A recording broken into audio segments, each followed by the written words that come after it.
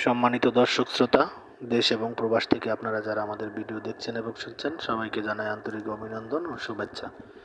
বন্ধুরা, আমি কথা বলতেছিলাম স্ক্রিনে দেওয়া এই আপুটি সম্পর্কে। আপুটি দেখতে খুবই চমৎকার, উচ্চতাও ভালো আছে, 5 ফুট 3 ইঞ্চি লম্বা। বা পরিবারে আসলে তার বাবা নেই, মা আছে।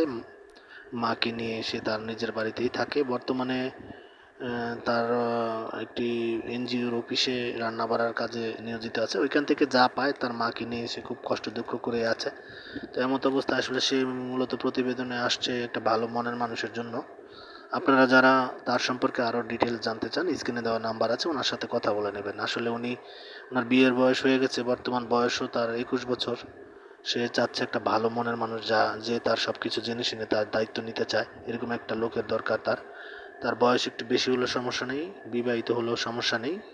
সে বলেছে যে আমার একটা ভালো কর্মিক একটা লোকের দরকার, যে আমাকে 3 বেলা ভরণ পোষণ দিতে পারবে, খাওয়াতে পারবে। এরকম একটা লোক হলে তার চলবে, তেমন কোনো চাহিদা নেই।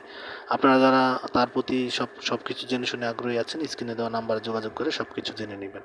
আর আপনারা জানেন যে আমরা ইউটিউবের নিয়মকানুন মানতে গিয়ে তার নাম এবং ঠিকানা বলতে পারছি না। আপনারা সবাই ওনার কাছ থেকেই সব কিছু জেনে নিতে পারবেন।